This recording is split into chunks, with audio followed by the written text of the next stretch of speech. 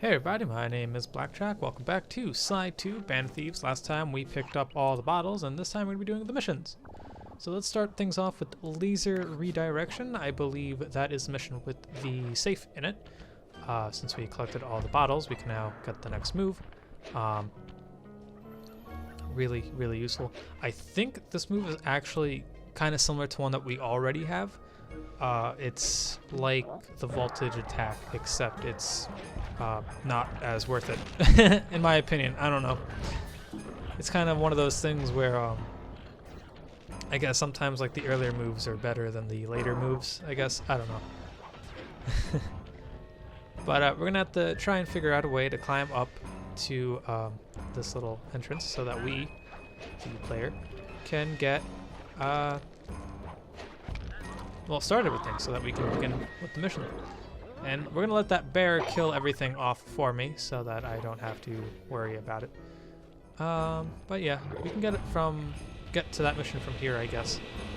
Just be careful with jumping near the saws because they will attack you.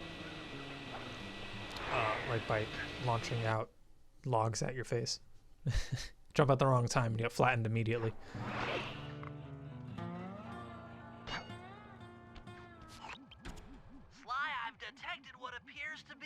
An ancient guide to log chopping that might be useful for the lumberjack games. Unfortunately, it's frozen deep in an ice wall.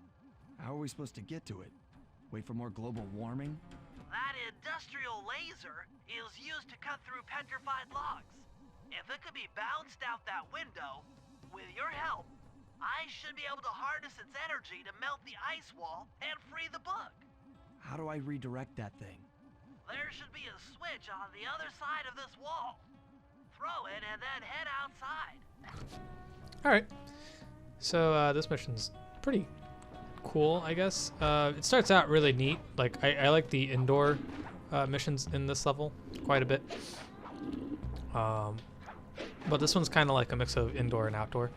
We're going to be doing a quick indoor activity, and then we're going to spend the rest of the mission on the outside. Now these guards are pretty interesting, especially the ones inside. They tend to have more shinies than some of the other guards, so I would probably just keep failing these missions just to get money. It's probably the best one. I think I'd say RC Club, whatever that mission is with Murray. That's probably the best mission to collect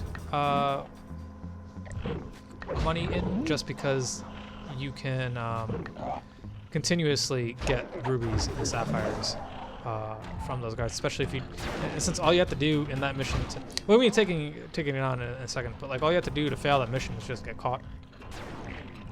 Here you would have to die, so you'd have to like find a way to kill yourself, or which actually isn't too hard because you can just jump onto the laser, to the saws, I mean, and then just kill yourself that way, or hit a barrel, blow up.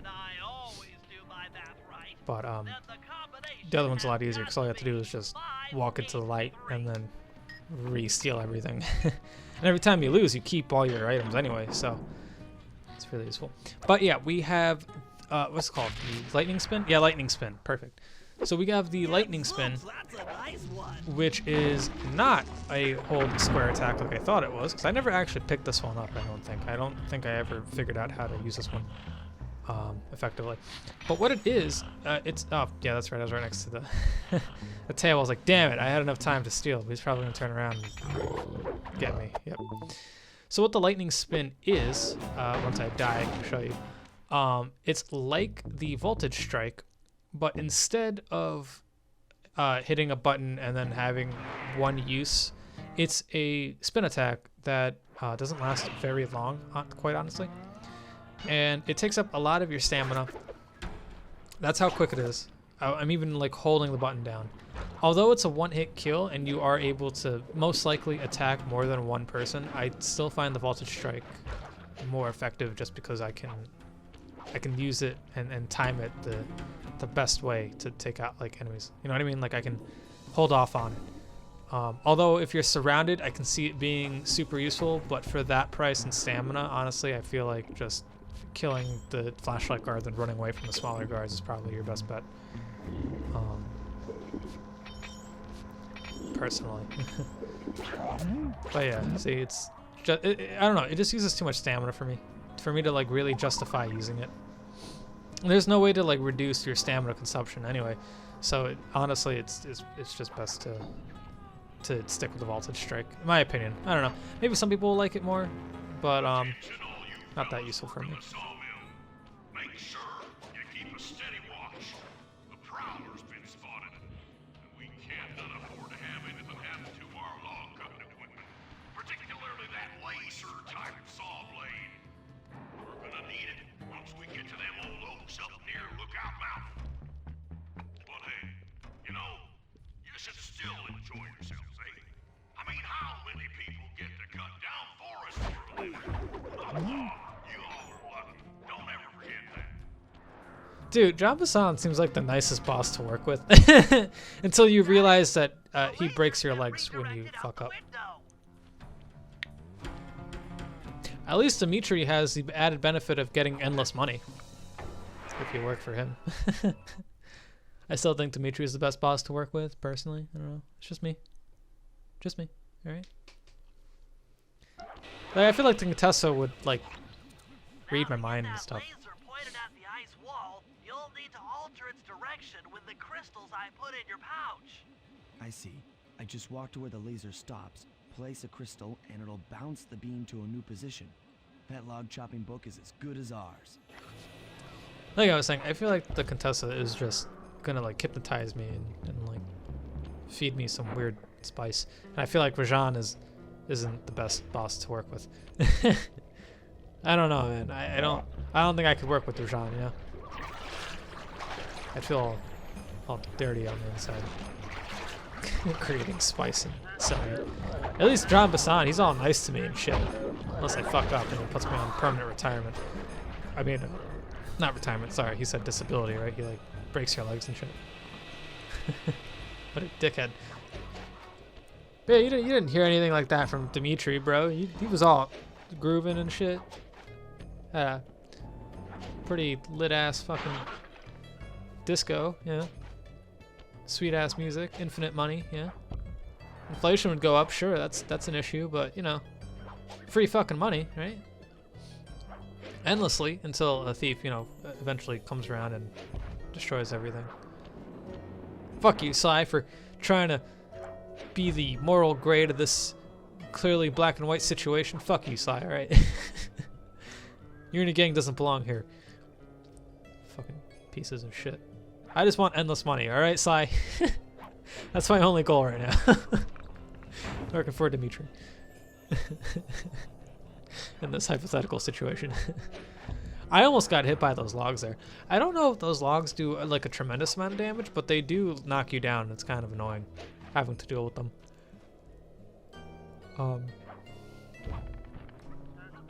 What the fuck was I talking about before I got sidetracked? Honestly, like to be fair though, I wouldn't even know if Arpeggio is a good boss to work with because, spoiler alert, you don't really see him much in this game. I know that's been very adamant, but even in his level, you don't really see much of him. Although you get like pretty neat robot parts though, that's pretty cool. Jetpack and shit. I don't know, fuck, maybe that jetpack is worth it, but infinite money versus a jet, you could buy a jetpack with the money, right? Nah, Dimitri's still the best boss to work with.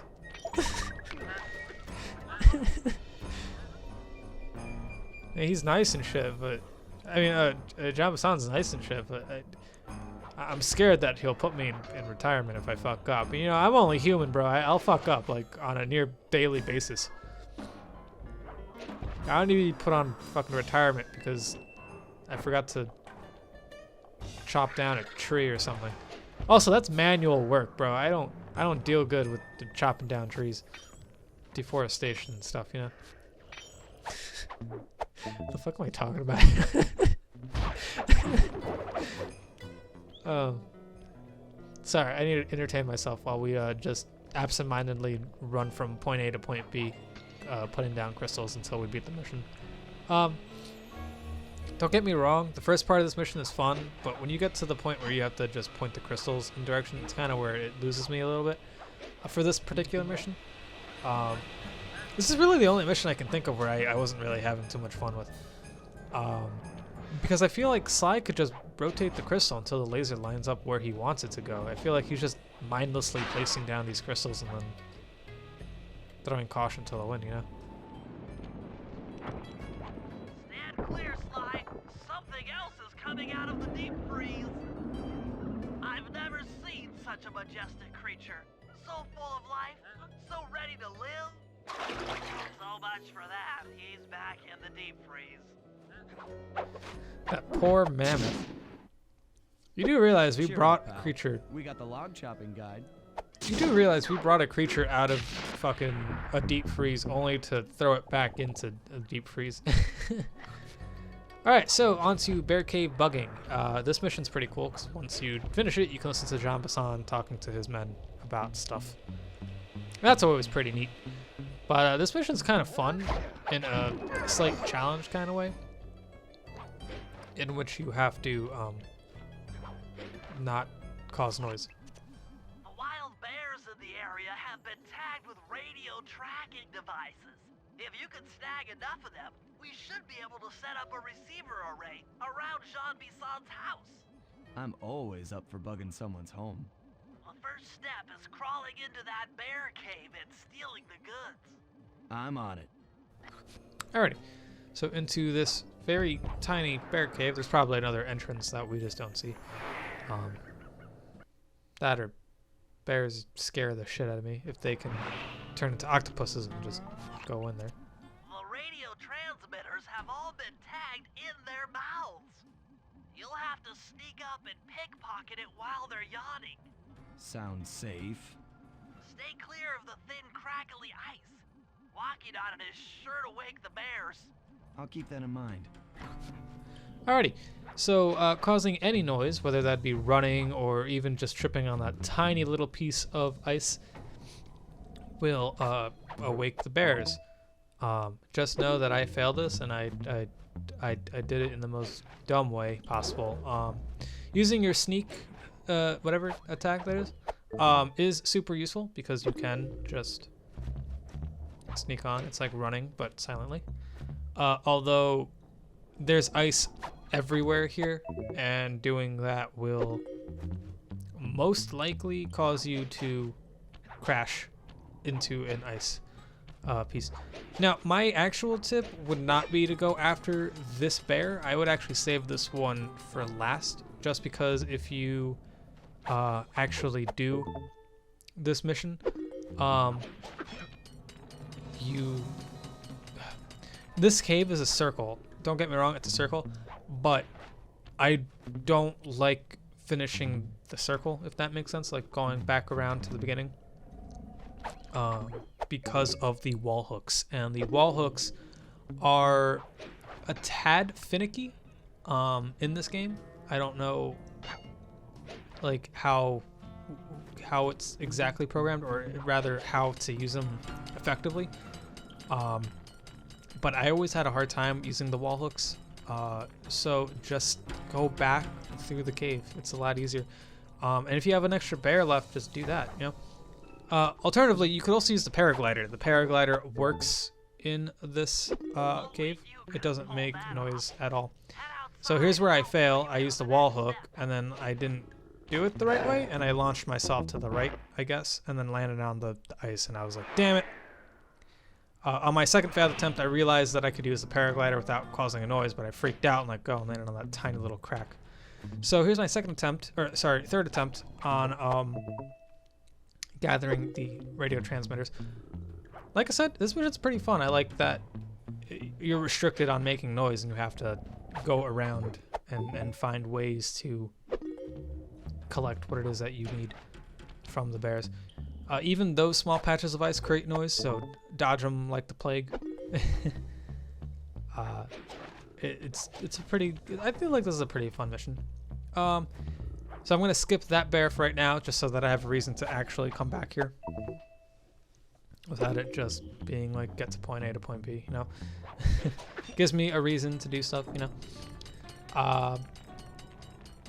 Now the second part of this mission is just to place the transmitters around, and like the reason why I like that better than I did the laser is just because I feel like the laser could have just been like put maybe 2 or 3 crystals down, you know, like aim the laser with the crystal. You don't have to just place it and go wherever it's pointing. I feel like Sly could have actually manipulated it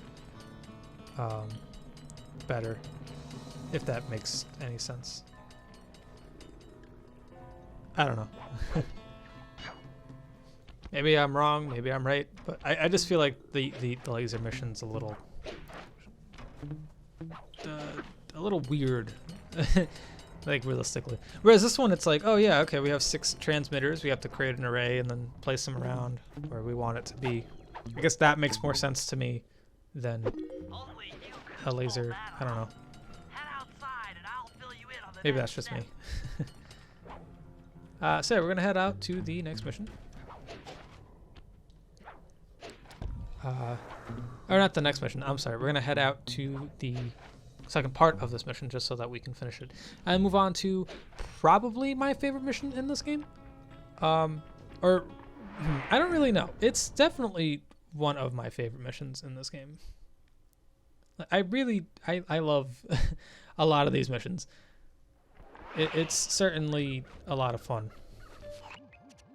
To form a receiver array, you'll have to place the radio transmitters in precise locations around Jean Bisson's base of operations. Seems easy enough. Once you're in position, hit the circle button to place the transmitter. Alrighty, so that's just simple. Run up to where the spot is, hit the action button, call it a day. I don't know. It's pretty simple. It's not like complicated. Even as a kid, I feel like I by this point definitely had caught the grasp of what to do. That's kind of the issue I find with this game though, is I feel like it holds your hand a little too much. You know, like throughout the game it's still like, oh yeah, here's this action that you've been performing. Keep doing it, you know? Although it does different things, so I guess it makes sense why Bentley's doing it, but I don't know. I feel like after a while you could stop. Boys, I'm gonna tell you all the tally for last month. The blue lumberjack team managed to clear cut 128 acres of forest. Not bad considering they had to kill all them badgers to do it, eh? But now, the gold lumberjack team, bless their hearts, those boys chopped down 211 acres. Y'all hear that? 211 acres of progress.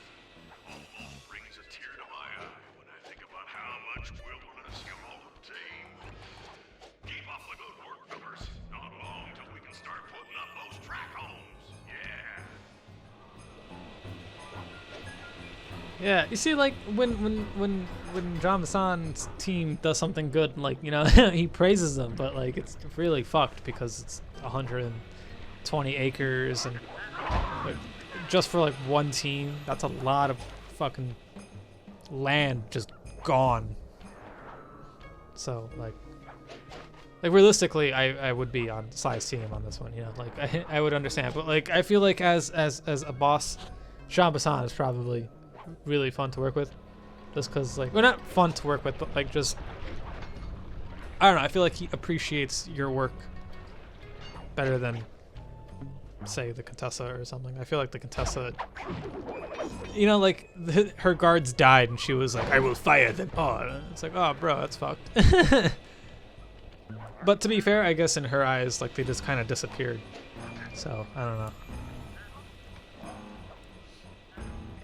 Who would you guys work for? If you had to pick a Sly villain to work with from this game or any other game in the series, who would you work for? I know we haven't tackled Sly 3 or Sly 4, but they're definitely in this category. You guys can talk about them. I wouldn't mind listening. I mean, that'd be fun for me. Alrighty, so we're only like a third of the way done. But we're gonna be halfway done with this in a second because this next radio transmitter is on top of the bull's head on Jean Bisson's house, which I guess is probably the best point because I guess we're gonna have to relay all the other transmitters to one specific point, and I guess that's the best place to do so. That, or I'm just talking out of my ass since I don't actually know how radio transmitters work. But whatever. Alright, next one. Over there. Next to this thing. Pipe. It's a really obvious one. I feel like the guards could destroy that easily. And where's the last one? Oh, it's over here. Next to this bear. Because why wouldn't? Look at that. The guards are trying to kill me, and I'm being chased by a bear, and then they get scared. So that's something cool about the enemies in this game. I don't think I've touched upon. But they have, like, statuses. Like, they have fear. They can get confused. They can get killed really easily. And that's pretty neat that this game does that. Like, the bears scared them, so they run away. Nice work. The array's up and running. I feel like that's pretty neat. Alrighty. So, let's see. Can I afford anything after picking some stuff up? No? Cool, let's be Murray. We're going to be tackling probably one of my favorite missions in this entire game. RC Combat Club. I love this mission, dude. So, for this mission, we're going to start off with Murray, even though a majority of it is Sly's mission. Like I mentioned earlier in the episode, or earlier in the part,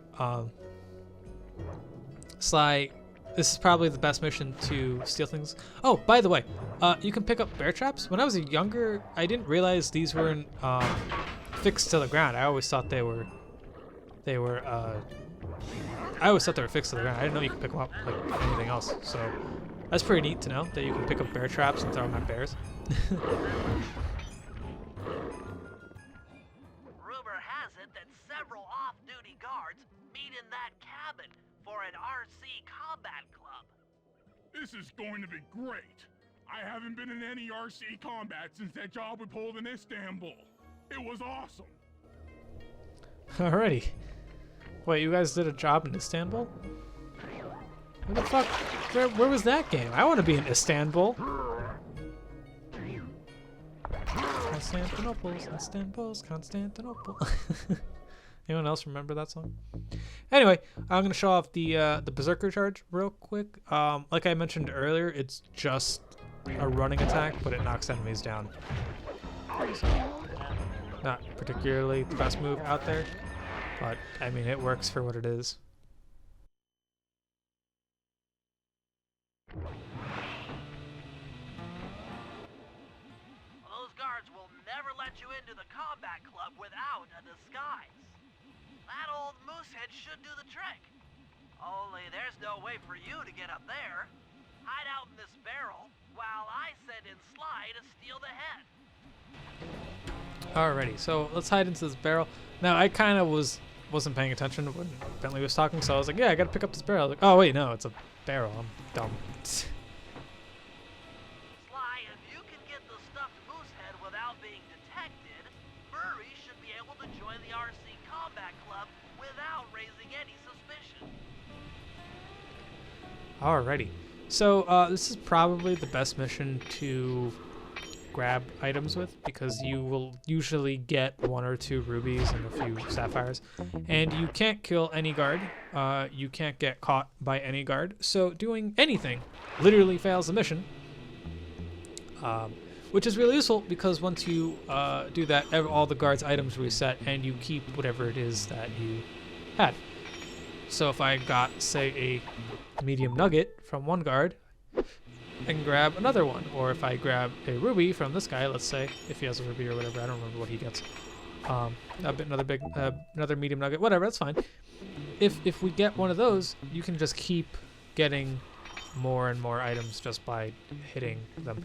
And there's a chance that these 4 guards all have an item, you know. So this is probably the best place for me personally to grab money.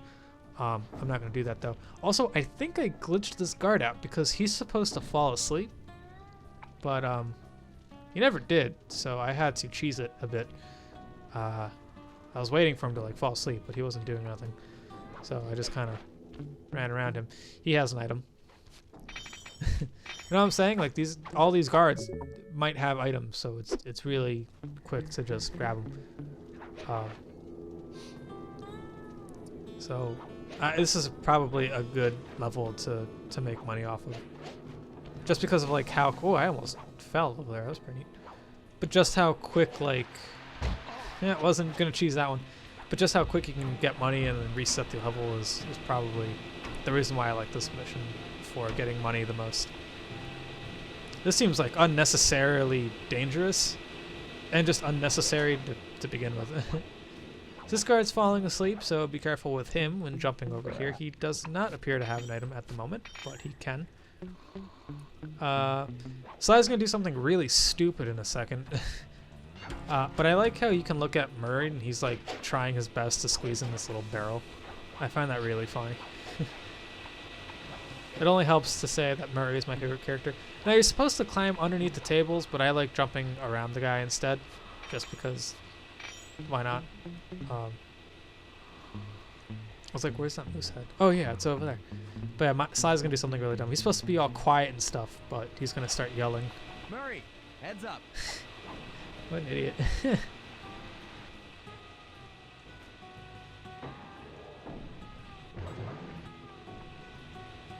Hey fellas, any of you guys think you can beat the moose? Maybe put a bet on it. Oh, I'm in, eh? I ain't got a lot of money for this wager, but there's no way I'd lose to a new guy like you, huh? That RC combat drone takes some skill to control. Steer with the left analog stick and hold down the X button for gas. After you collect the fallen ammo, press the square button to fire its turret. Here's a pro tip. You can only aim the turret while you're stopped. Alright, so just as Bentley was explaining, I feel like this mission is okay with the explain because this is a completely different way to play the game. X moves forward, square reverses, which I never use, and then did I say square reverses? I meant circle reverses. Or whatever, R1 shoots, I think. I wasn't listening to the controls.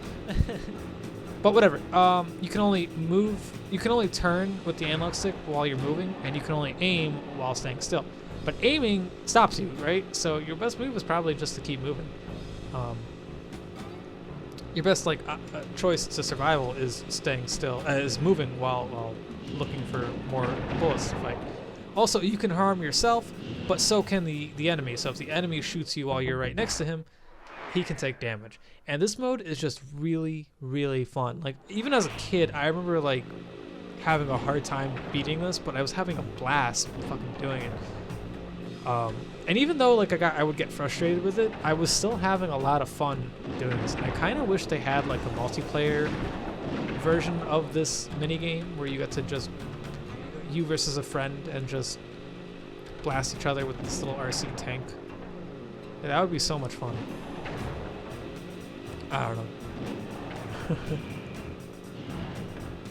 But if I'm not mistaken, the what's called the bullet will usually arc itself like towards the tank. So as long as you're just aiming in the right direction, it'll be fine. You won, eh?